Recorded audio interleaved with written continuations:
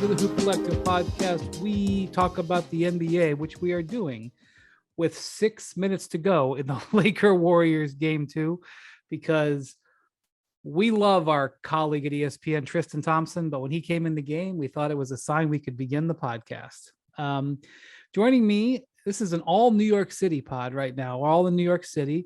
Joining me from, how many blocks away are you, Bontemps? About 100? About 5 miles away on the Upper West Side. All right, I'm in downtown. And look, we had to make a call tonight. Bontemps and I worked last night at the Celtics Sixers game 2. No. Here's the deal. He interrupted me already. You haven't even announced who. We're 14 seconds in. Yeah. Timmy B has already decreed that he's jumping in the. Well, listen, Brian was going to try to go into some Listen, speed. Pally, listen. That's right. First of all, there's the laugh track, our buddy Nick Friedell, because Brian needs his beauty sleep and couldn't wait for Ban McMahon, who had flight issues. So he had to call into the bullpen. And here's the laugh track, giggling. This is the second time the laugh track has been rolling this week. The first time it didn't go so well. That's the second time it's really rolling. All I'm going to say is that Bontemps and I worked the game last night. We left the arena after midnight. We took the 6 a.m. shuttle flight to New York to work in the studios today in New York. And tomorrow we both got to go to Philadelphia, and I got to be on Get Up, which the first production calls at 6 a.m. So when McMahon's flight got canceled and he wasn't going to land until 3 a.m., we made a command decision that 4 a.m. Eastern podcast this week was enough. So this is why we got our man Nick Friedell in here. Got the laugh track. We're here to giggle. Covering the other series, the Heat Knicks, and he'll be headed down to Miami tomorrow for game 3 on Saturday. But first, let's talk about this one. Not what we were all hoping for after that terrific game 1. The Lakers got an early lead.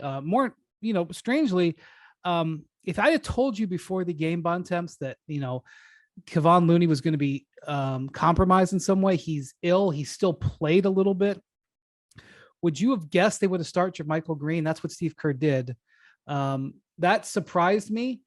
It looked like it could have been a strategy decision, because when the Warriors played small at the end of game 1, they had difficulty rebounding and keeping the Lakers off the line, but they did play better. So it looked like it could have been a strategy decision. But Looney was apparently sick. I was very surprised with it, but it worked out really well. They're going to win this game because Klay Thompson went off and their 3-point shooting worked, with Steph playing out of more pick and roll. But Jermichael Green, what a move by Steve Kerr. I guess. I mean, I wasn't a big fan of Jermichael Green starting either. I mean, look, the Warriors won this game because it's the 16th straight time that a team lost game 1 at home and won game 2, including Tuesday when our guy Friedell was at the Garden for the Knicks winning game 2 against the Heat, including last night in Boston where the Celtics rolled the Sixers in game 2. It's just very hard when especially you're in the conference semifinals. You generally got good teams playing against each other. If a team loses game 1 at home, they know the series is over, basically, if they lose that game 2 at home. And so they're going to come out with a desperation that's just hard to match. And that's really what happened in this game. I mean, we can go through strategy stuff. I mean, AD again was dreadful as the yo-yo with Anthony Davis continues from game to game. But ultimately, the Lakers got what they needed. They got the win in game 1. And like the Sixers last night, they can walk out of San Francisco saying, hey, we got a split. We're going back to LA, a place that for whatever reason, the Warriors have never played well, even when the Lakers have been bad. And if they could get 2 wins there at home, they're going to be in command position in the series. Yeah, Friedell, I want to compliment the Warriors on the comeback. I don't want to take my focus off of that. We know that if the Warriors, who you used to cover, these guys really well. We know if the Warriors shoot really, really well, they're going to win the games in this series. That's not breaking news. The Lakers leave 1-1. LeBron only had to play 28 minutes.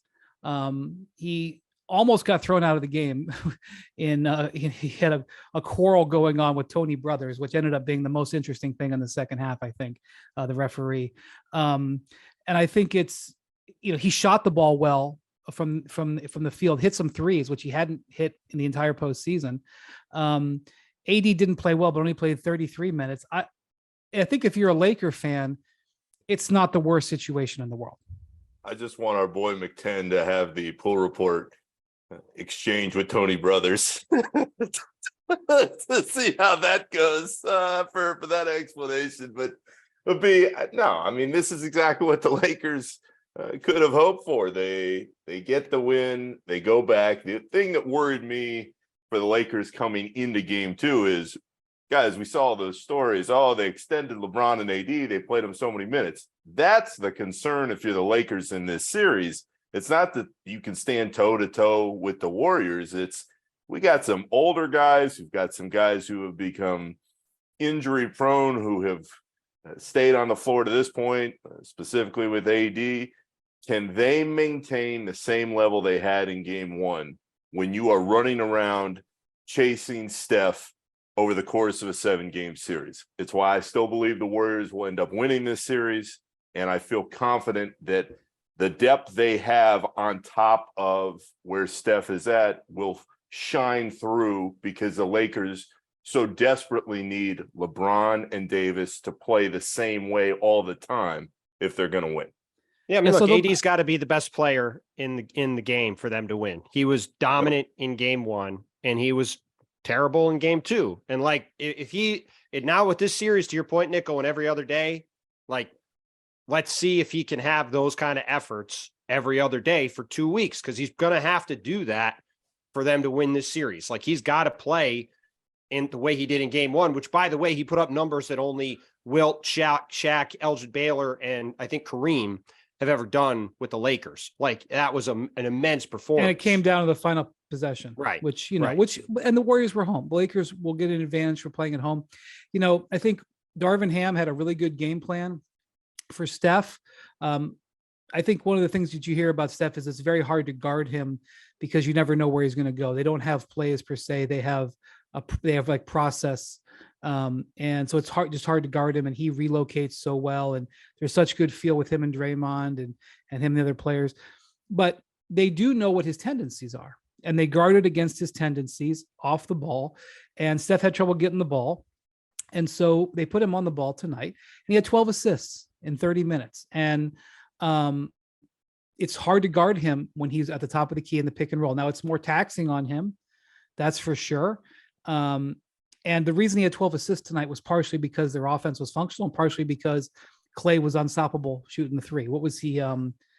8 of 11. I mean, Steph and the Splash Brothers tonight, Steph and Clay, 11 of 16. Good God. Yeah, Clay's been due for one of these and finally had it tonight. Right. So part of the reason he had the 12 assists was because the guys were hitting shots. I mean, Jermichael Green, as I mentioned, he had 3 threes. He had 15. Just a tremendous performance by him. So I think the adjustments you see right there is plain as day. They're going to have to defend Steph in the high pick and roll. That's going to bring Anthony Davis away from the basket.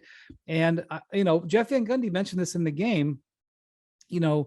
When Steve Kerr has had to change his lineup, due to various things, including suspensions, he has tended to stick with that lineup.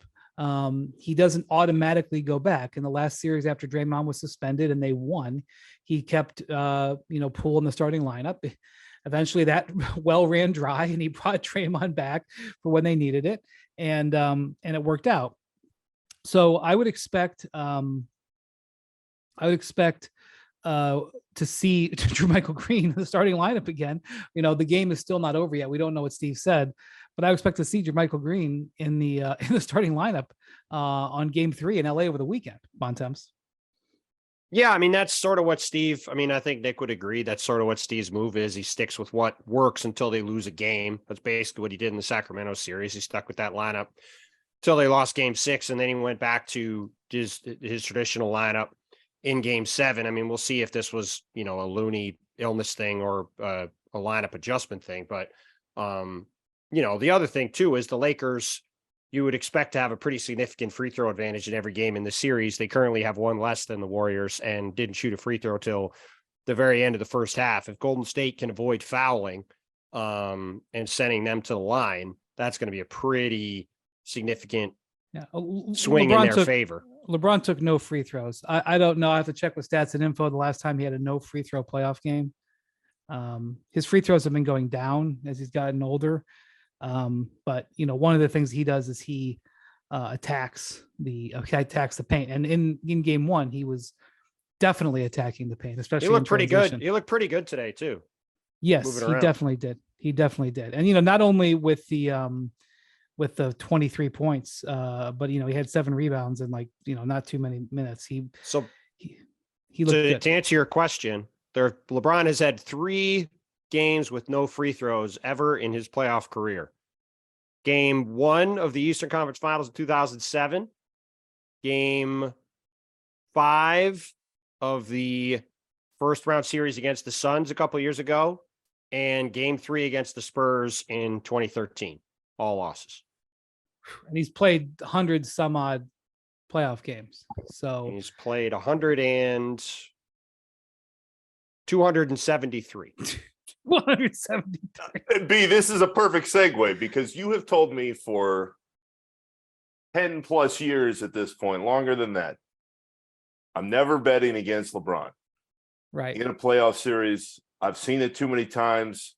LeBron will find a way. I'm not doing it unless... I'm not sure I thought he'd be still doing this at age 38 when I started saying that, but go on. Well, so, all right. So this leads perfectly into the question. As I watch this series, as I watch Steph, not only in game 7 against the Kings, but over the course of the last couple of years, I feel like Steph Curry is playing the best basketball we have ever seen him play, which is saying something because he's been so good for so long. I am not betting against Steph Curry in this series. I think the reason why I still feel so strongly that the Warriors will find a way is because they have Steph Curry. Do you feel like that threshold has been crossed to the points that Timmy B just brought up about all the games and the lack of free throws and the times where we just haven't seen him play sometimes at the level that he has maintained for so long?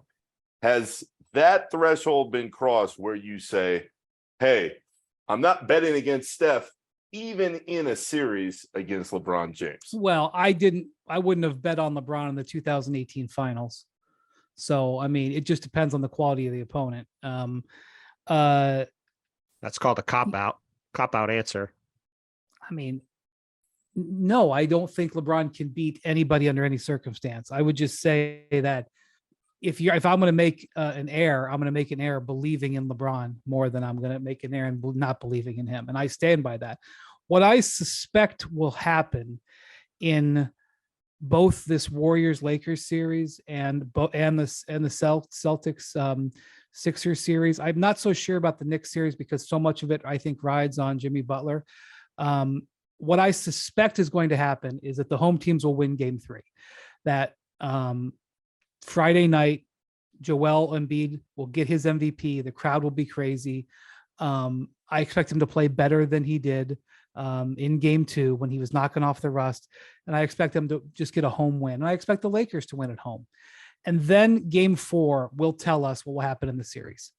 Because game 4 is when all the chips will be down. And even though those series will potentially all be 2-2, or obviously 3-1, you have a huge edge. Game 4 will tell us. That's my guess. Just having watched a lot of playoff series and, there could be injuries, there could be a lot of factors, but my guess is that, yeah. Well, I was going to say, to your point, when we have these series, like, when the Sixers and the Heat and the Lakers won these game 1s, these even number games, when the team has a chance to go up 2 games in the series, those are the best games. And especially that's the case in these game 4s, right?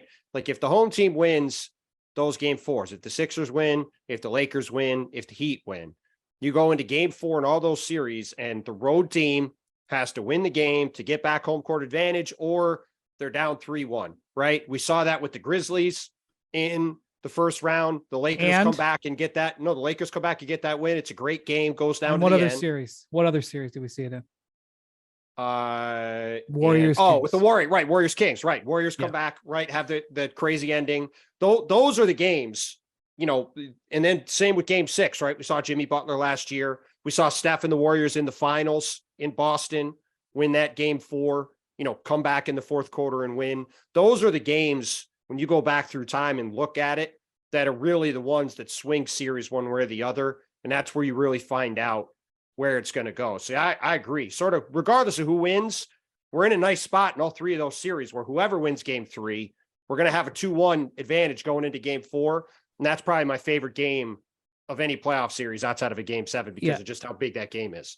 And Knicks, typically when we see game 4, that's when we see the rotations get slashed. That's when we see the coaches start to grip real tight. Is it possible for Tibbs to grip tighter than how he grips on any other day that ends in Y? Tibbs is an outlier in this regard. In so many ways. But Tibbs has got to, look, Tibbs has got to go down there thinking if they come back 2-2, he likes his chances. The Knicks have been a good road team all year in that case. And we'll talk about that series in a second. But Anthony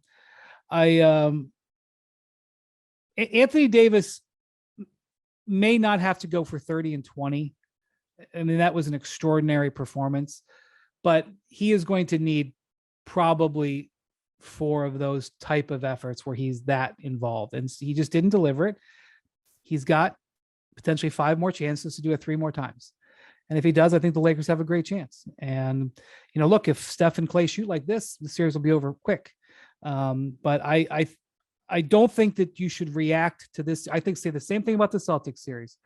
Just because the Celtics bombed the Sixers in game 2 does not mean that they've got it all figured out. And just because the Warriors bombed the Lakers tonight does not mean they have it all figured out. I believe that we're going to have significant, back and forth for the first few games of that series. So let's talk about that series real quick, Bontemps. How do you think Joel looked? It was a very interesting day, a day I've never experienced before in the NBA, where a guy takes the MVP award, has his MVP press conference, does his MVP little media tour on a game day. That's not normal. And does it in a road arena. That's not normal. It was kind of odd to be sitting in the Celtics media room with special Joel Embiid MVP signage up all around. It was just unusual. Like he has a shoot around and he comes in like you would be on the shoot around, during the course of the season. But this time his post shoot around interview is about winning the MVP. I mean, it was a very unusual day. And then he comes back. What did you think about the way Joel looked? Because I think that's really one of the big factors in the game. I thought physically he looked great. He whenever he has to wear a brace or whenever he has to wear a mask, he's always fidgeting with it. He's famously ripped the mask off a couple times. He's always grabbing at the brace. He only really grabbed at it one time in the second quarter in the game. I thought physically he was moving around well. Doc Rivers said today, before the Sixers did film, that all of their biometric tracking data showed him basically running at his normal speed in the game and kind of playing with the usual force that he plays with. So I thought from that standpoint, it was really encouraging. It was pretty obvious that the Sixers were a little out of sorts. They couldn't really get the ball to where they wanted it to. I think a lot of credit for that goes to Boston. Their perimeter defense was far, far better in game 2 than it was in game 1 for all the reasons we talked about with the Warriors series. So they didn't really let Philly get into anything the whole game. And I think that impacted Joel. But I thought to get the big fella out there, to get him up and running up and down, to get his legs under him going into game 3, to get the rust off in a game that, for all the reasons, again, that we talked about with the Lakers-Warriors series, the Sixers are probably going to lose, barring some kind of crazy effort. I thought it made a lot of sense to get him back out there, get the nerves out, get the MVP stuff done, for game 3. Yeah, not to interrupt you, but there was a significant pushback, and we were doing TV today. And one of the questions in the production meetings was, should Embiid have played? And I got to tell you, being around the Sixers, I don't think it was even a question. Like they absolutely. there was no question at all. When Joel was ready to play, he was going to play. And it being around him as much as I have been, I think it was 100% the right call to get him back out there, because he's a guy who plays himself into shape normally, and he sat out 2 weeks, and you can't have him come back and do the things he does, in game 3, if it's 1-1, and have these issues and fall down 2-1 in the series. Like, if he is ready to go, also, he's the MVP of the league. Like, there were questions after the game about, like, how are you going to readjust to playing with Joel Embiid? It's like, Joel Embiid is the MVP of the league. Right. He's they the won reason why the 54 Sixers games. are good. They won 54 games. He played 70 of them. I mean, like, that's why they were there. Like, Nick, if the Sixers are going to win this series, and it would be an upset, okay? The Celtics have now beaten them 4 out of the 6 times they've played. If they're going to win this series and be an upset, it's going to be because of Joel Embiid. It's going to be, and so that's just, I don't agree with that thinking that they should have, expected James Harden to put up another 40 point game. Nick, you don't think James Harden could beat the Celtics 4 times in a row?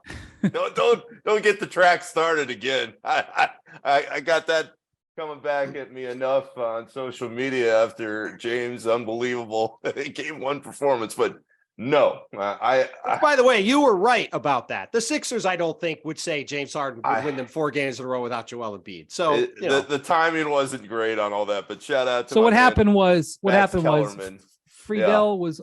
Friedell was on Max Kellerman's show. This just in. Was it the day of game 1?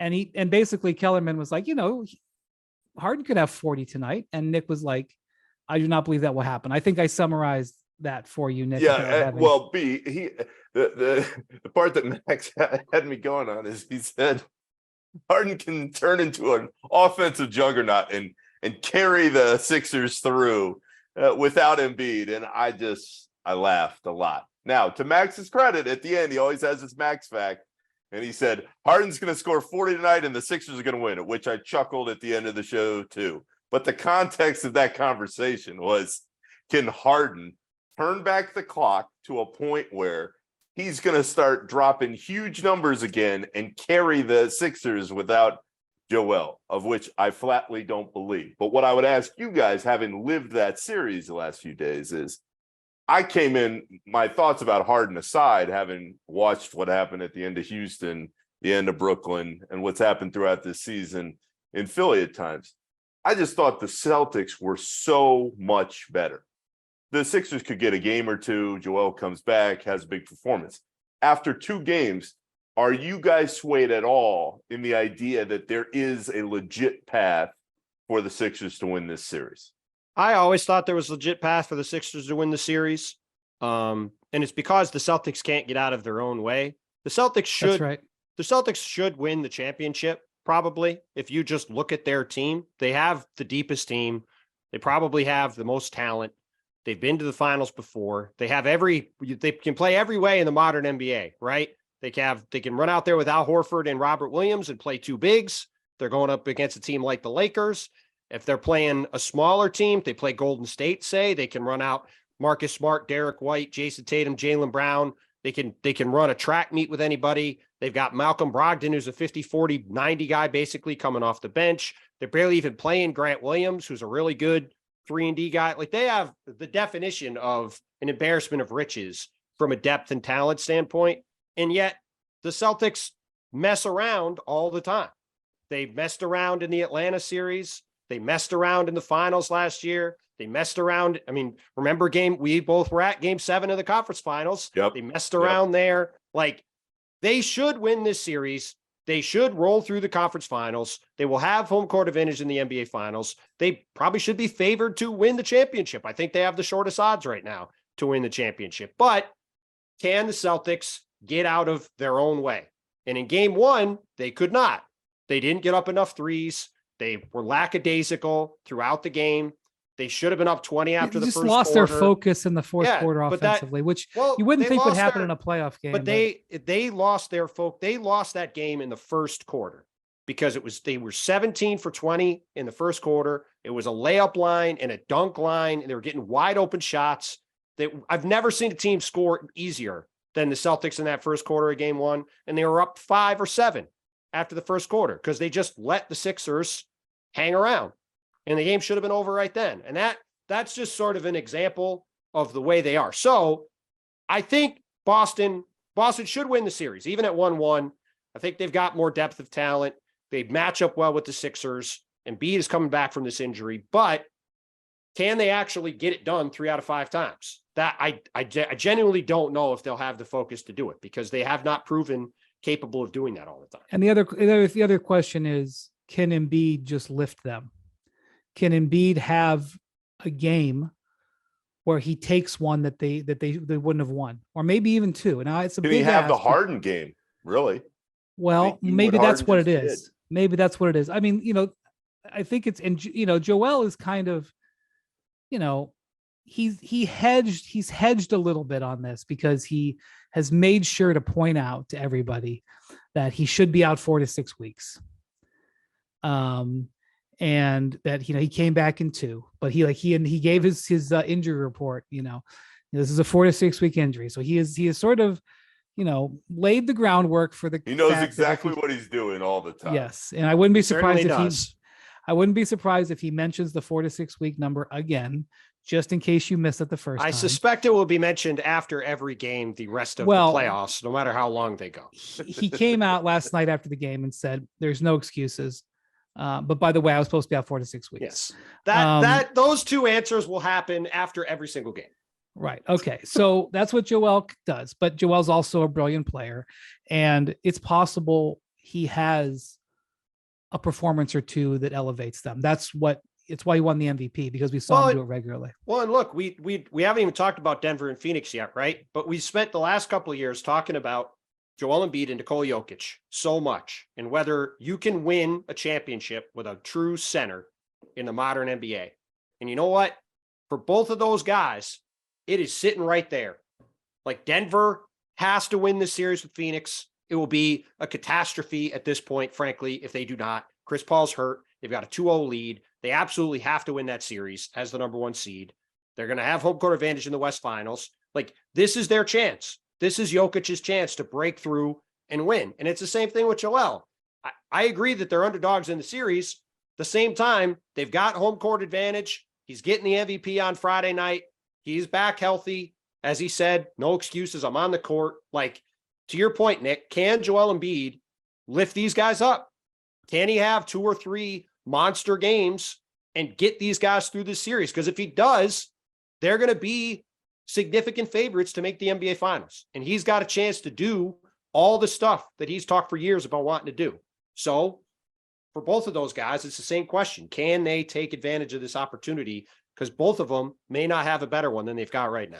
All right. One other thing, Jason Tatum, he had 38, I think, in game 1, but he was not effective when they needed him to be in the 4th quarter. Jason Tatum is on the cusp of superstardom. Maybe people would already agree he's there. But if it's going to be the Celtics doing this, and by the way, he's shown he can do this before. It's not like he hasn't shown it, but they need him. And in game 2, he laid an egg. He was 1 of 7. He got in foul trouble. Now, he didn't play down the stretch because they opened up a big lead without him in the 3rd quarter. Jason Tatum should be pretty pleased with the way last night went, because had they been in trouble in that game, he'd have been on the line because he was not delivering. But it is now incumbent on Tatum to deliver a game in Philly. And it doesn't have to be game 3. It could be game 4. And I've seen him do it before. And Jaylen Brown has played pretty well in the couple of games in the series. They stopped letting him shoot for some reason, or he stopped shooting in game 1 after a great start, but it was a little bit better. Fantastic in game 2.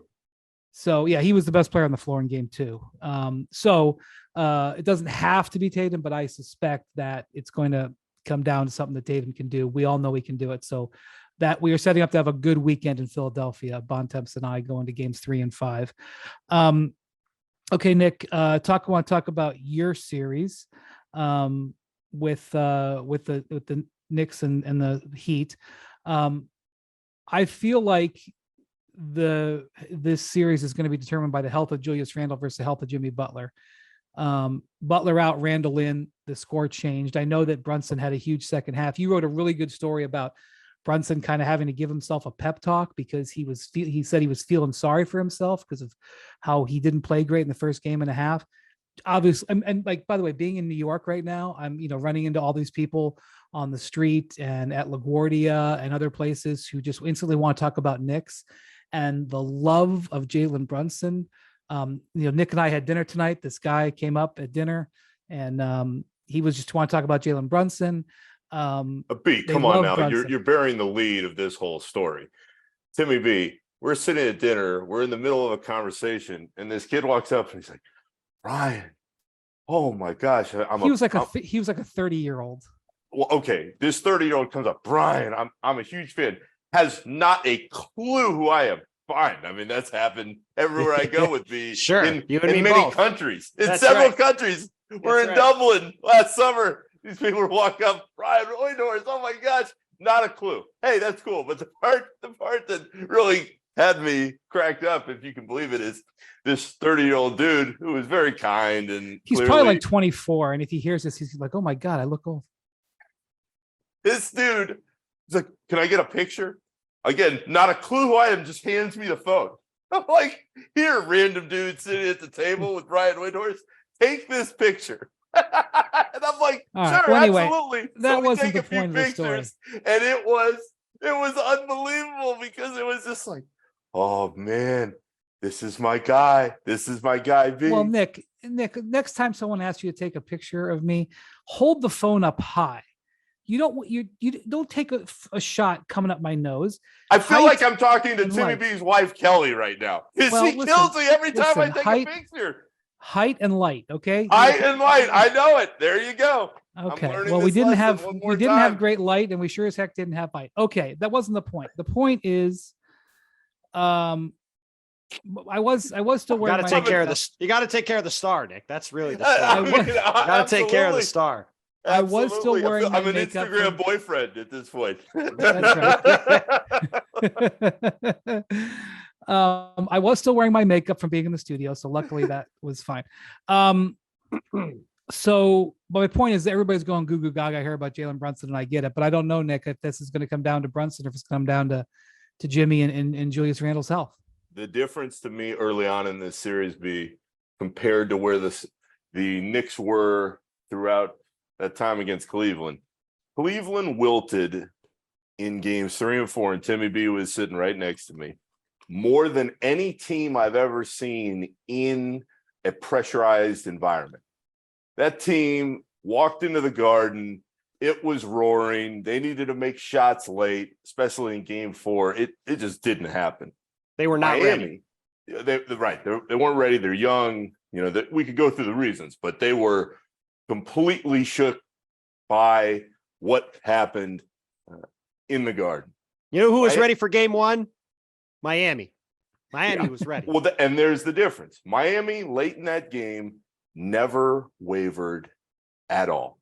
Jimmy rolls his ankle. He hangs in there because, of course, the Knicks didn't do a good job at all going at him. He could barely move, but he was out there. But they've got guys. Kyle Lowry, Bam Adebayo, the list goes on with Spoelstra, knowing how to handle everything that was coming at them. So right away, that's the difference, is the Knicks can't just go, oh, well, this team, they're young and they're weak. Let's just push them over. But as far as the rest of the series goes, the other thing to add in, B, is Brunson's ankle's giving him trouble too. I don't think there's any question at all that he will be out there. He will find a way. Randle said he's also dealing with a thumb thing he's been dealing with for a while. That's been messed up and his hand. But Randle said it after Thursday's practice. When he was talking about being ready for game 2, he said, there was no way I was missing that game. I am sure Brunson feels the exact same way. The issue to me is who is going to be able to create more offensively late. If Jimmy comes back, okay, but if Jimmy can't be Jimmy Butler late in those games, there's not too many other places for Miami to turn. The Knicks have Brunson, they have Randle. Hart has hit some big shots for them coming down the stretch in some of these moments, and RJ Barrett, at least in that last series, has the feel of being okay to create and make some shots of his own. But it was a rock fight in game 2. And to me, if Jimmy comes back and he looks like Jimmy Butler, that confidence will be able to carry a Heat team that coming into this series, I wasn't sure if they had enough to begin with. Eric Spoelstra's one of his favorite things to say is we have enough. Last year during somebody else says that too. His name's Tom Thibodeau. We have more than enough. Right. Well, they learned from the same guy, did they not? Absolutely. He's the godfather. So I remember last year in the conference finals, Jimmy Butler was awesome, and then he tweaked his knee or hurt his knee, and then he played in games 4 and 5, but he just wasn't himself, and it kind of looked like curtains. And then he came out in game 6 with one of the great playoff games I've ever seen. Now I have seen many ankle injuries that did not look like a 1-game ankle injury to me. Having said that, I would not be surprised at all if Jimmy plays. The question is, we know he's probably going to try to play through it. Will he be effective? I mean, the longer the series goes, probably the better he's going to get. I also will not put anything past him. He could come back on Saturday and he could score 35. I wouldn't expect it, but I wouldn't put it past him. So again, I feel like the Heat will probably get game 3. Actually, I don't know if I can say that because I don't know about Jimmy, so I don't feel as good about that. But I think if you come out of there 2-2, I think the Knicks will be in okay stead. But Jimmy's health is important. More Hoop Collective podcast after this. Guys, it's all about confidence. Confidence knowing you'll be able to be ready to go when your partner is, and confidence knowing you'll be able to go a few extra rounds when needed. Confidence is what you get with the chewables from BlueChew.com. Blue Chew is a unique online service that delivers the same active ingredients as Viagra and Cialis, but in chewable form and at a fraction of the cost. And now they also have Vartafil, mint-flavored chewables with active ingredients in Levitra and Staxin. Blue Chew tablets are performance enhancement for the bedroom and can help men gain extra confidence when it's time to perform. Blue Chew is an online prescription service, so no visits to the doctor's office, no awkward conversations, and no waiting in line at the pharmacy. And it ships right to your door in a discreet package. The process is simple. Sign up at BlueChew.com. Consult with one of their licensed medical providers, and once you're approved, you'll receive your prescription within days. The best part? It's all done online. Blue Chew's licensed medical providers work with you to find the right ingredient and strength for your prescription. Don't like swallowing pills? No problems. Blue Chew's Sildenafil and Tadalafil tablets are chewable. Blue Chew's tablets are made in the USA and they prepare to ship direct, so it's cheaper than a pharmacy. So if you could benefit from extra confidence when it's time to perform, visit BlueChew.com.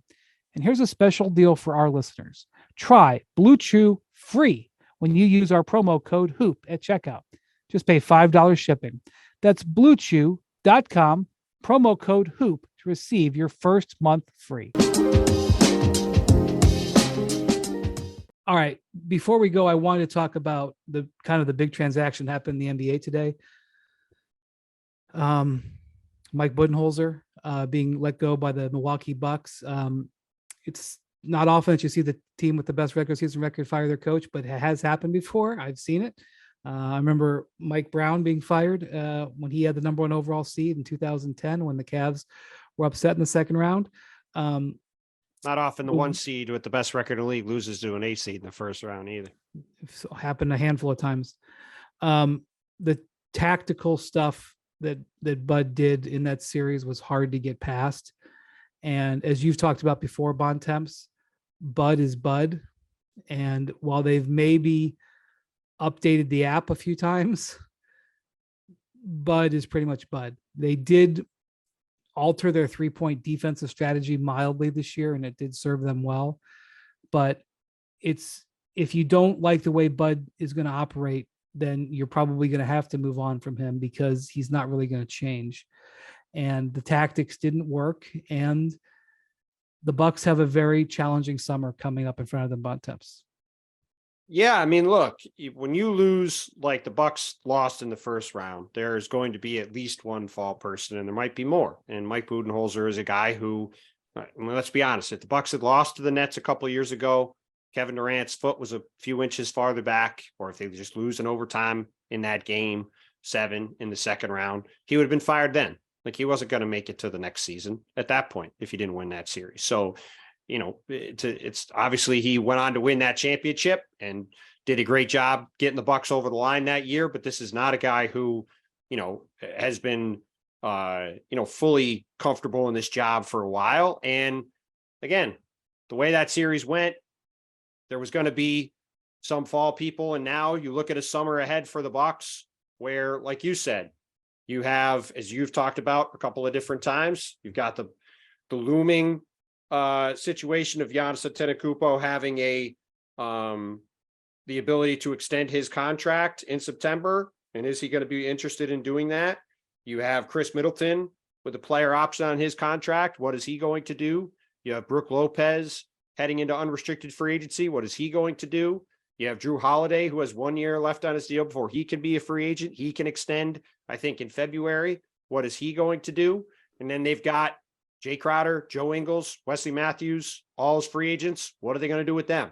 So they have a ton of questions to answer, and they're staring at this looming, tax situation with the new CBA. The second apron is going to be an issue. Like they have a very, very complicated road ahead. And now part of it is going to be deciding who's going to be the coach of the team. Well, the problem is there's a chicken and egg thing here. So first off, you're going to have to probably decide on the coach. And the coach, the quality of coach that you're going to get, obviously it's a crucial point, but what is a coach willing to, is a high level coach willing to come there if there's uncertainty about Giannis? Okay. So you have the coaching decision, and then you have the decision on Lopez and Chris Middleton, because Giannis can't extend until September. Like no matter what, even if they had gone to the finals and they had won 4-0 by 20 points each game, but even if he wants to extend, he can't extend until then because of the rules. Right. So like, so it'd be ideally you want to know what's going on with Giannis, and then you let that inform your rest of your decisions.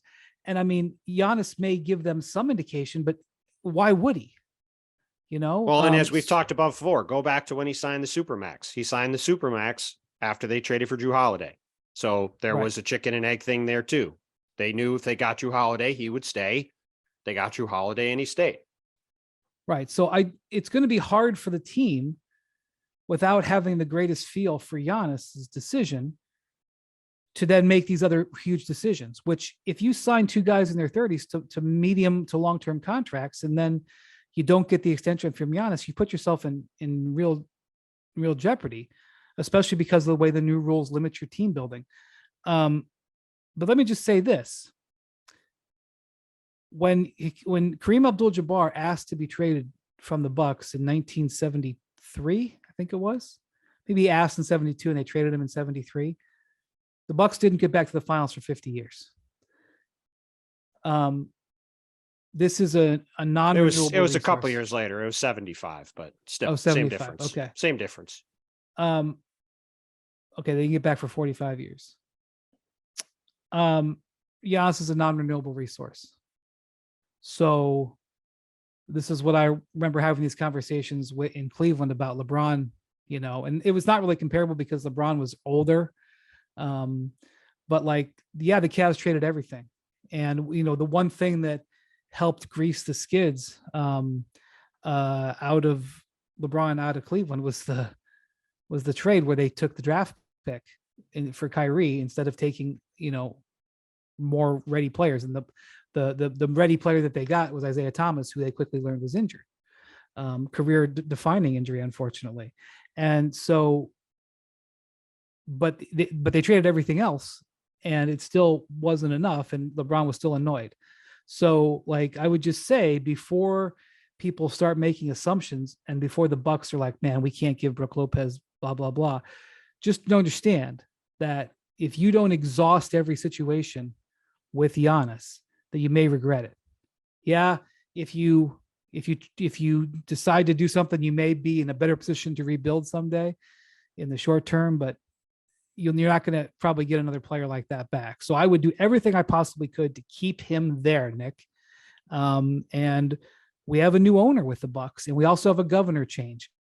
When Jimmy Haslam bought out Mark Lazary, the governorship, the guy who made the prime decision-making, shifted to to Wes Edens, who was their previous governor.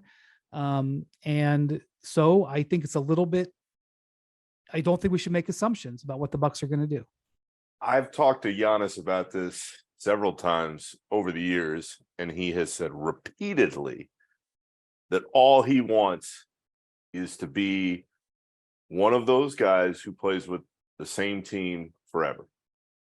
The Stephs, the Dirks, Jerry West, Reggie Miller, Kobe.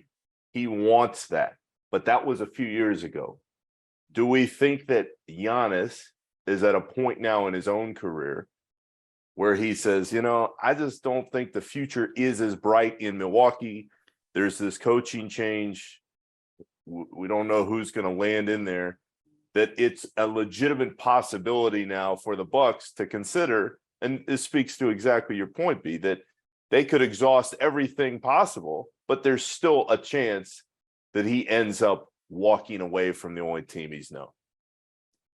Yeah, I don't want to get too far ahead of ourselves. I just think there's thunderclouds on the horizon, and it ties into everything, though. I mean, that question, as is always the case with a superstar of Giannis's caliber, hangs over every single decision now moving forward. I also just want to say, with the player movement that happens and the various rules, it's hard to keep a team together for 6 to 10 years like it was before.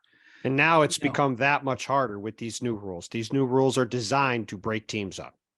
That's what they're designed to do. The thing about the new rules, this quote so-called second apron, which the Bucks are going to be headed for.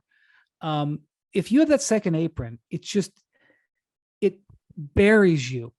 You can't sign anybody. You can't really trade for anybody.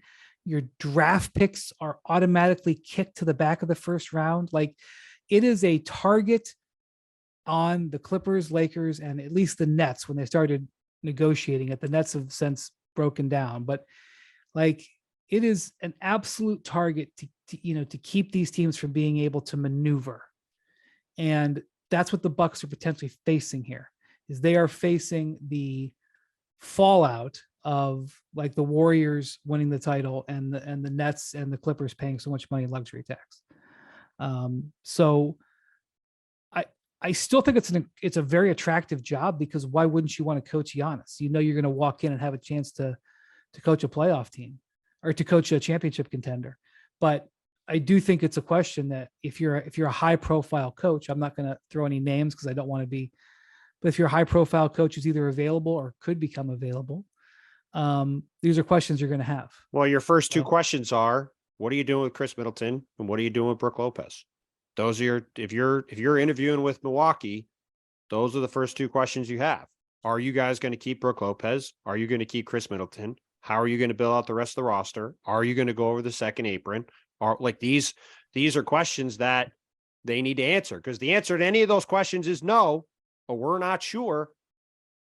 Like that's not an answer I'm going to want to hear if I'm a coach looking at that job. But you think that's going to stop some coach from saying, "Hey, I still want to coach Giannis and try to win"? I don't know what's going to go through the mind of anybody interviewing for that job. I'm just saying, to me, if I'm walking in there, if I'm any coach and I'm walking in to that job right now, and I sit down with Wes Edens and Jimmy Haslam and John Horst, the general manager, the first questions I'm asking are, what are you doing with Chris Middleton and what are you doing with Brook Lopez? Because to me, that informs what direction the team is going in. Because if you're paying those guys, you're trying to keep them, then you're trying to run it back with the team that was the best team in the league this year, that had a very bizarre first round series. Miami hit 1 trillion threes. Giannis was hurt. A couple fluke collapses in the fourth quarter. Like, you could very easily walk in that job and say, hey, I'm a favorite to win the title next year if I'm coaching this team and I have this team back. But am I going to have this team coming back? Yeah, right. That's right. That's the question. If you could say to a coach, you're going to have basically that starting group and some depth pieces back next year, I think a ton of people are interested in that job. If it's like, well, we don't know what we're going to do, we have to figure it out, we're not sure how it's going to look, then that's a lot different. So, we'll see what happens. All right. You mentioned earlier, before we go, actually, Bontemps, you mentioned earlier about the Suns Nuggets Suns down 2-0, Nuggets up 2-0. Chris Paul almost certainly going to be out Friday, probably also out Sunday for game 4. They just don't have much depth. Since they did the trade, you have been critical that you didn't think the Suns had enough. That certainly looks like the case the first 2 games. I'm not ready to go there yet. Certainly, I recognize Denver is in the complete driver's seat in this series, especially since they're so good at home and they've been so good in the clutch, and they look good. This is the last few games are the best they've looked in a while.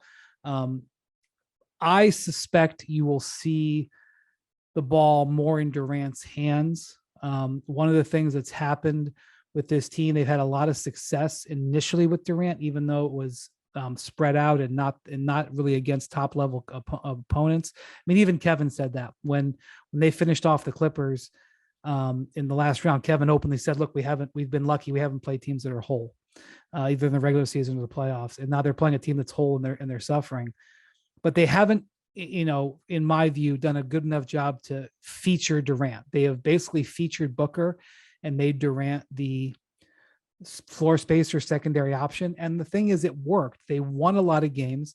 They put up great offensive numbers, and Booker was explosive. He had an absolutely jaw-dropping first-round series, basically because the Clippers were standing on Durant's toes, and he just exploited it. I don't think if you're the Suns, you can go out with Durant being the floor spacer, especially if you don't have Chris Paul. I think the ball ends up more in Durant's hands. They've had 3 days of practice, knowing that they're probably not going to have Chris Paul for the weekend. I think you see, if they're going to go down, I think you see the ball. I think you see Kevin more involved, Nick, and that's a guy that you saw in 2021 playing that role when Kyrie Irving got hurt. That was extraordinarily effective. Almost beat the Bucks, as we have talked about. And he can do it. If ever there was a moment for the Kevin game to put this team back on track, this is it right now. It's got to happen. But this goes to what Timmy B has been telling the two of us since the moment that deal went down, B, which is Kevin's incredible. Booker is really, really good, but they just don't have enough behind those two guys. And as this series has opened up, it seems more obvious than ever. And people always love to jump on Kevin. Oh, KD can do more. But, this is on Matt Ishbia. This is on the owner. If you want to be upset as a Suns fan at why this team potentially could go down in the second round to a really good Nuggets team, it's because he made the deal, because he wanted to make a splash. And guys, if I was in the same position, I would have made that deal too. I wanted Kevin Durant. Well, Ishbia is going to spend a lot of tax money in the next year or two to potentially build the team out. So I don't. But the second you get Kevin, Tim Legler made this point the other day on Max Kellerman's show. The second you get Kevin, your window is open, and you better do it now. Maybe it happens in another year, and they can refill the roster with some better players, especially bench wise. But you get Kevin Durant, you got to win now. And you're on the verge, if you're Phoenix, of blowing one of these opportunities that you made that deal for. So there are always a lot of layers in team building. That front office just did not want to give up Mikal Bridges. They did. The deal went down, but they just don't look like a team that is close to being complete enough to think that not only are they going to turn around this series, but over the summer it'll get back to a point where we say, hey, Phoenix can go all the way again. You know how many points have been scored by players not named Devin Booker, Kevin Durant, Chris Paul, and DeAndre Ayton for the Suns in this series through 2 games? I don't know the total number of points. Got a guess? I heard the number earlier today, so I'm going to refrain. 32. Oh. 32. There were 6 scored in game 2. The reason I would say the Suns are not blowing this opportunity is because they just are not good enough. They don't have the horses to do it because, and this is why you don't see teams win when they make these trades in the middle of the season, because they don't have enough. And again, I will go back to everybody just dismissed the fact that this team played no one, And when Kevin Durant, A, barely played, and B, they played nobody, the whole time he was there till the playoffs. Everyone said, well, they got Kevin Durant. It's going to be fine. They're going to be great. And they've been in close games in these playoffs, and it hasn't looked great. It's not because those guys aren't good. It's not because they can't figure it out. It's because they haven't been in any situations like this yet. And they're playing a Denver team. Like, go look at fourth quarter of game 2.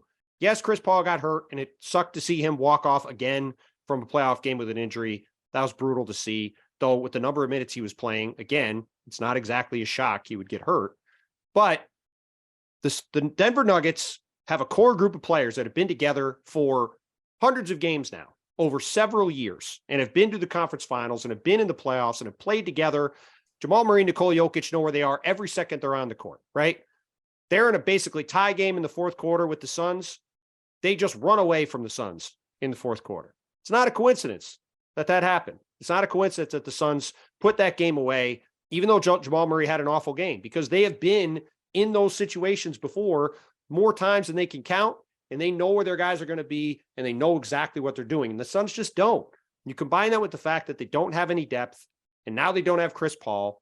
Again, Devin Booker and Kevin Durant combined to score 59 points in game 2 on 56 shots. Like, they can't take 56 shots every game for 5 games and win 4 of them. But they don't have a choice because they don't have anybody else who could score. So, like, this is the conundrum that they're in. I mean, maybe they could come back. Kevin is incredible. Him and Devin are great players. Obviously, you shouldn't rule anybody out in the NBA playoffs, as we've seen. But it's just very hard to me logically to construct an argument as to how they're going to win this series unless something crazy happens to Denver. Well, we will see. I agree that the Nuggets are in driver's seat, but I don't think it's over yet. So we'll see. It's mostly because of Durant that I believe in. Go ahead. And I agree with you on Kevin completely. Having watched it, he has that ability still within him. Yeah, to turn it all around. He's certain. He and Devin are both. I mean, Devin's been unbelievable in these playoffs. They're both great. I bring everything full circle in this regard. In listening to our conversation, it sounds like we all believe that Denver is now not only in the driver's seat, but probably is going to finish off this series at some point. I think we all believe that Golden State still has the momentum to close that one out. No. We don't all You're with believe. the Lakers now? No. I didn't say me. I said we all don't. That's right. Mr. Top 6 roster's on the pod here, buddy. Mr. Top 6 roster. I think if you're going to get credit for being right about the Suns, I think you can give me credit for calling the Lakers as being a formidable team. I told you, I think the Lakers will go up 2-1, and then whoever wins game 4 will tell us a lot. So that's what I'm going to wait and see what happens. I feel like, by the way, I'm first of all, we have a prediction from Brian Windhorst, which never happens, folks. He's predicted a Sixers win on Friday, and he's predicted a Lakers win on Saturday. Big day on the pod. We have real predictions. I'm in the middle of a fight between there's no fights. Two of my brothers. There's no fights. But Brian's been correct on the Lakers turning into a formidable team. There's no question. They're tied 1-1 in the conference semifinals. But back to your point, Nick. The point still is we're not feeling good about Phoenix on the whole. Denver looks great. All 3 of us, in theory, agree. Okay, Golden State has maybe a slight edge still going into game 3, and then I think we all agree Boston, if they can stop playing with their food, to use Doc's quote from the last round. Well, that wasn't exactly Doc's quote. They can roll over Philly. As we sit here right now going into game 3 in Miami, who are we leaning towards in this Knicks-Heat series? Because for me, with all the uncertainty around Jimmy and with the fact that there just aren't a lot of other options on that Heat team, as rough as the Knicks have looked at times in the series, I would still take the Knicks right now to finish. Yeah, 1-8, the Knicks have a better team, but the Heat's 1 is more powerful if he's healthy. That's my opinion, and so we'll see what the Heat's 1's got. He asked you to lean one way or the other. What is your lean? I got to see how Jimmy looks. Why does that make me a bad person? Just give your answer, Timmy Bond. I went into the series thinking the Knicks would win a long series because for as great as Jimmy is and has been in these playoffs, the Knicks beat them 3 out of 4 times in the regular season. I like the matchup for them. You saw Julius get off in game 2. It's a lot different than going up against Evan Mobley inside. And I think as long as the Knicks can hit some shots, one of the weird things in the playoffs has been Emmanuel Quickley has been terrible for the Knicks. One of the most important players in the regular season. He has basically been a 0 in the playoffs. You told me that was the case and the Knicks would be 1-1 in the second round. I'd have been pretty surprised. So at some point, it'd be nice for them if he gets going. But again, with the uncertainty around Jimmy, with the matchup advantages I think the Knicks have overall, it's a slight lean for the Knicks, but I think we've learned over the past couple of years, you bet against Jimmy and you bet against Spo at your own peril. So it will be very interesting to see how that goes. All right, Nick, thanks for pinch hitting for McMahon, who's probably sleeping on the plane right now, and hope he gets in safe. Thank you to Bontemps. We're going to travel up and back to Philadelphia together, Friedell. I don't know how it's going to go. We'll see. I could get thrown out of the car on 95 No Sunday chance. afternoon. No chance. All right. Thank you to Jackson, who didn't have to stay up this late. So thank you. And we will talk to you on Monday. Who knows what will happen over the weekend. Enjoy it. Adios, amigos.